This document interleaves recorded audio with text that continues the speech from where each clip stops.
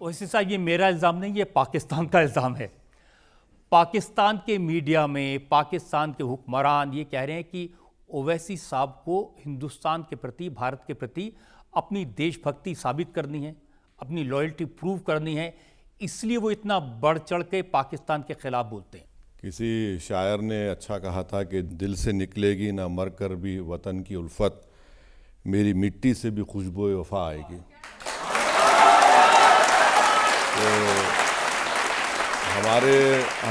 हमारे बुज़ुर्गों ने आज़ादी के बाद ये फ़ैसला लिया कि हम टू नेशन थ्योरी को नहीं मानते, और उसके बाद से हमको ताल्लुक़ ही नहीं रहा पाकिस्तान से। हमारा एक पड़ोसी मुल्क ज़रूर है, और मेरा मानना है कि पाकिस्तान एक फेल्ड स्टेट है और हमेशा रहेगा।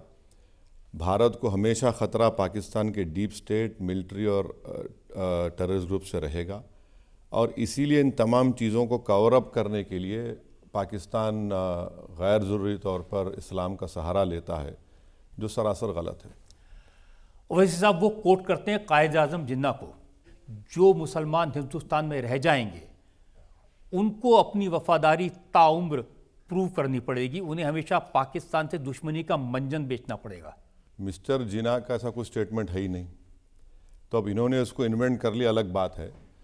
पाकिस्तान के खुद एक बहुत बड़े शायर थे हबीब जालिब, उन्होंने अब पाकिस्तान के बारे में कहा है कि मोहब्बत गोलियों से बो रहे हैं, मोहब्बत गोलियों से बो रहे हैं, वतन का चेहरा खून से धो रहे हैं, गुमान तुमको कि रास्ता कट रहा है, यकीन मुझको कि मंजिल खो रहे हैं।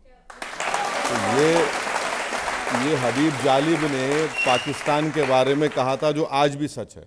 प्रॉब्लम ये है मुझसे कि पाकिस्तान से ये बोलते हैं कि मैं मुसलमान नहीं हूँ, और यहाँ पर हमारे देश में जो संघ परिवार की तंजीमें कहती है ये बराबर इंडियन नहीं है। तो अब मैं कहाँ कहाँ जाकर सर्टिफिकेट लूँ तो इससे मुझे फिक्र नहीं है। हम नहीं, वो कहते हैं कि आप मुसलमान हैं, इस्लाम को मानने वाले हैं, लेकिन आपने एक इस्लामिक मुल्क के खिलाफ आवाज़ उठाई। नहीं, इस्लामिक मुल्क है ही नहीं वो। आपने 75,000 बंगालियों को मारा, 75,000 ईस्ट पाकिस्तान में वो पूरे मुसलमान थे। आज भी आप मार रहे हैं, आप शियाओं को मार रहे हैं वहाँ पर। तो और कैसे आप बोलते हैं कि इस्लाम के भारत में 240 मिलियन मुसलमान रहते हैं, पाकिस्तान से बढ़कर रहते हैं। तो ये कंपैरिजन करना कि हमारे पास मुसलमान है तो फिर इंडोनेशिया में क्या है, इंडोनेशिया में उनसे ज़्यादा है। तो पाकिस्तान अपनी नाकामियों को छुपाने के लिए, और रजत जी पाकिस्तान की जो मिलिट्री है ना, दुनिया में ऐसी कोई मिलिट्री नहीं है जो रियल इस्टेट का भी कारोबार करती, होटल का कारोबार करती, बिजनेस करते वो लोग। तो उन तमाम चीज़ों को कवर करने के लिए इस्लाम का एक लवादा। देखिए, मिलिट्री के चीफ आसिम मुनीर साहब ने तो ये कहा कि 2 ही रियासतें कलमा के आधार पर बनी हैं, एक मदीना और 1300 साल बाद पाकिस्तान। तो ये अगर आप किसी भी मुसलमान से पूछेंगे कि उस वक्त के मदीने को जब रसूलुल्लाह सल्लल्लाहु अलैहि वसल्लम थे, उसको इनसे कंपेयर करना, बोलेंगे पागल हो गए क्या आप, ये तो तौहीन है। आसिम मुनीर के बारे में एक शायर ने अच्छा कहा था कि मासूमों की गर्दन पे खंजर रख कर खातिल अब खुद को मुजाहिद कहता है। तो ये आसिम मुनीर है, जिसने उनकी स्पीच जो 15 अप्रैल को हुई है, उसी के बाद तो 22 तारीख को पहलगाम का वो दर्दनाक, उसी के बाद कलमा पढ़ने को कहा, उसी के बाद मज़हब पूछ के गोली मारी। ये तो सरासर ये इस्लाम की तालीमात कहाँ है कि आप कोई मज़हब नाम पूछकर आप लोगों को गोली मार रहे हैं, फैमिलीज़ को अलग कर रहे हैं, और सर पर गोली मार रहे हैं, उसकी रिकॉर्डिंग कर रहे हैं। तो ये तो अपनी तमाम नाकामियों को और अपनी सुप्रीमेसी को बरकरार रखने के लिए, और इन लोगों का एक ही मकसद है। मैं आज भी कह रहा हूँ कि ये भारत को चैन से रहने नहीं देंगे। ये इनका मकसद डिस्टेबलाइज करना है, यहाँ पर और डिफरेंसेस पैदा करना है सोसाइटी में। इसीलिए उनका वही असल एजेंडा वही है उनका। देखिए, उनके जो DG ISPR हैं वो कहते हैं कि हमारे जो आर्मी चीफ हैं वो हमें बताते हैं हमारी फौज का मोटो है जिहाद। हम अमन चाहते हैं मगर जुल्म के खिलाफ। गर जंग लाजमी है तो फिर जंग सही। कि आप आप अगर ये इस तरह की बकवास करते रहेंगे तो फिर इसका जवाब तो फिर सही तरीके से देना पड़ेगा। तो वो इनका बोलना कोई सच्चाई बयान ही नहीं कर सकते ये लोग। हर जगह चले आते हैं। अभी इनको सऊदी अरेबिया से $2 बिलियन का लोन सैंक्शन हुआ। 2024 में 14 बिलियन का उन्होंने मांग की, शायद वो भी हो जाएगा। IMF से लोन, वर्ल्ड बैंक से लोन, एशियन डेवलपमेंट बैंक से लोन। अगर आप वाकई में इस्लाम की बात कर रहे हैं तो आपकी इकोनॉमी की इतनी बर्बाद क्यों है? पूरे विश्व में 2 देशों में एक किस्म का पोलियो होता है, पाकिस्तान, अफगानिस्तान में। आप उसको पोलियो ख़त्म नहीं कर रहे हैं, मगर आपकी मिलिट्री का एक्सपेंडिचर GDP का 2.92 है, भारत का 1.72 है। तो इस पर इन तवज्जो नहीं है। इनके पाकिस्तान की गरीब आवाम की गरीबी ख़त्म करना, वहाँ पर फ़ायदा पहुँचाना नहीं, सिर्फ इनका एक ही मकसद है कि अपनी सुप्रीमेसी को, वेस्टेड इंटरेस्ट को बरकरार रखने के लिए भारत को हमेशा टारगेट करते रहो। उनका दावा है कि उनका फोकस इस्लाम पर है, उनका फोकस मुसलमान पर है। इसलिए उन्होंने जो ऑपरेशन किया हिंदुस्तान के खिलाफ, उसका नाम भी उन्होंने कुरान की आयत के नाम पर रखा। बुनियादन मखसूस उन्होंने नाम रखा। कुरान की एक आयत है कि एक शीशा पीला हुई दीवार की तरह बन जाओ, मगर इतने झूठे हैं कि उससे पहले कुरान में अल्लाह ये कह रहा है कि तुम सच बात क्यों नहीं कहते? सच बात बोलो। सच बात तो बोले ही नहीं। जो कुरान की आयत का, सूरे का जिक्र कर रहे हैं, वो तो उससे पहले भूल गए उस चीज़ को। तो जो बुनियादी मकसद है पैगाम इस्लाम का, सच्चाई का, आप उसको नहीं बोल के बुनियादन मखसूसन का आप नाम दिए उसको। और कैसे नाम दे रहे हैं आप किसी पहलगाम में आप इस तरह की हरकत करके इस्लाम को टेररिज्म से कैसा जोड़ रहे हैं? आप जोड़ ही नहीं सकते आप। और वो आप कर रहे हैं। आपकी पूरे मुल्क में सबसे ज़्यादा टेरर ग्रुप्स हैं, सैंक्शन ग्रुप्स हैं। उसामा बिन लादेन वहाँ पर पाया गया।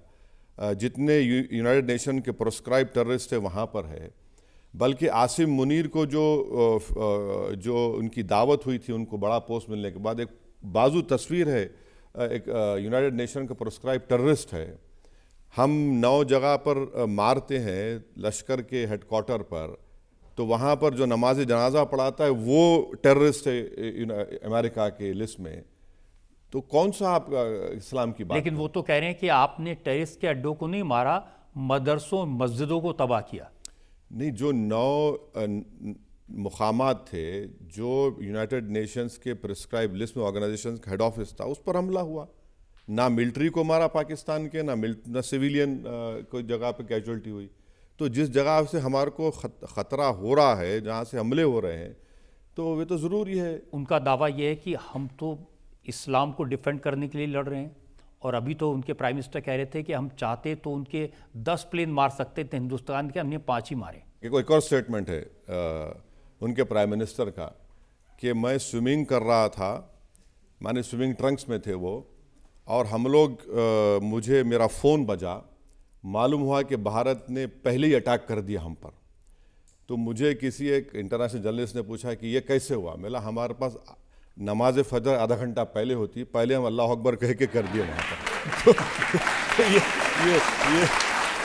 इनका ये सब जो 9 एयर बेसिस पर हमने अटैक किया, अगर हम चाहते तो मुझे यकीन है कि जज साहब मुत्तफिक होंगे कि हम उस पूरे एयर बेस को बर्बाद कर सकते। सिर्फ हमने रनवे को निशाना बनाया, और निशाना बनाकर हमने कहा कि भाई साहब ये ट्रेलर है, समझ जाइए। तो वो किया। मेरा मानना है कि हमने बेहतरीन मौसर तरीके से उनको जवाब दिया और उनको एक पैगाम मिल गया, और उसी के बाद इसलिए उनके DGMO को, हमारे DGMO से बात करना पड़ा। पब्लिक में से हम सवाल ले सकते हैं 1-2? मेरा सवाल आपसे ये है कि पाकिस्तान ऐसा दिखा रहा है कि उसने जंग जीत ली है, टैंक पर चढ़ के नारे लगा रहा है, ऐसे लोगों पर आप क्या कहेंगे? तो ये दुनिया के सबसे बड़े झूठे हैं, नकली काम करने की इनको आदत है और करते रहेंगे। तो आसिम मुनीर ने अपने ही देश के प्राइम मिनिस्टर को एक तस्वीर बना कर दी, और वो तस्वीर में ये था कि हम जीत गए। वो तस्वीर भी नकली थी, वो चाइना के किसी एक आर्मी का एक्सरसाइज की मीटिंग थी। तो जो अपनी पेंटिंग को तक सच नहीं दे सकते। खुद उनका प्राइम मिनिस्टर कह रहा है कि मैं स्विमिंग कर रहा था और मुझे मालूम हुआ। 9 एयरबेस पर इंडिया ने अपने ब्रह्मोस मिसाइल से उनको एक मौसर जवाब दिया। तो पाकिस्तान शुरू से यही कहता है, तो वो उर्दू में कहावत है, गिरे तो गिरे टांग मेरी ऊपर। तो वहाँ देखा मैंने, जो पाकिस्तान के वजीर आज़म हैं वो एक टैंक पे चढ़ के बोल रहे थे, उस टैंक को उन्होंने घास वास से ढक दिया था दिखाने के लिए जैसे कोई कॉम्बैट बैटल। टैंक वहाँ पे टैंक चला ही नहीं ना, टैंक चला ही नहीं। आपने सिर्फ पूंछ में हमला किया, पूंछ में सिविलियन मारे गए और पूंछ में एक मस्जिद का इमाम मारा गया। जब इस्लाम कहाँ चला गया? वो ट्विन बच्चे मारे गए, वो मुसलमान थे, कई मुसलमान, जब इस्लाम कहाँ चला गया आपका? तो ये तो सिर्फ ड्रामेबाजी है और अपनी जनता को दिखाने के लिए। ये कभी कोई जंग नहीं जीते ये लोग, ना कभी मुस्तकबिल में जीतेंगे इंशाअल्लाह ताला। अगर दोबारा हिमाकत करेंगे तो मुझे लगता है कि फिर वो बहुत महंगा साबित होगा अब की बार। और मेरा तो मानना यह है कि ऑपरेशन सिंदूर उस वक्त तक ख़त्म नहीं होना चाहिए जब तक वो 4 आतंकवादी हमको नहीं मिल जाते जिन्होंने 26 लोगों को मारा। सर, पाकिस्तान में आज भी मीडिया और मदरसों का सहारा लेकर लोगों को गुमराह किया जा रहा है। क्या आपको नहीं लगता है कि खतरा भी टला नहीं है?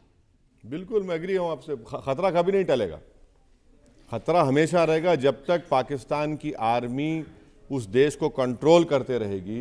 जब वो कंट्रोल करेंगे तो भारत के खिलाफ टेररिस्ट ग्रुप्स को सपोर्ट करते आए हैं, वो खतरा रहेगा। आपको हमको चौकस रहने की ज़रूरत है और हमेशा उनके जो बुरे प्लानिंग है या उनकी जो नीयत है उसको हमको कामयाब होने देना है बस।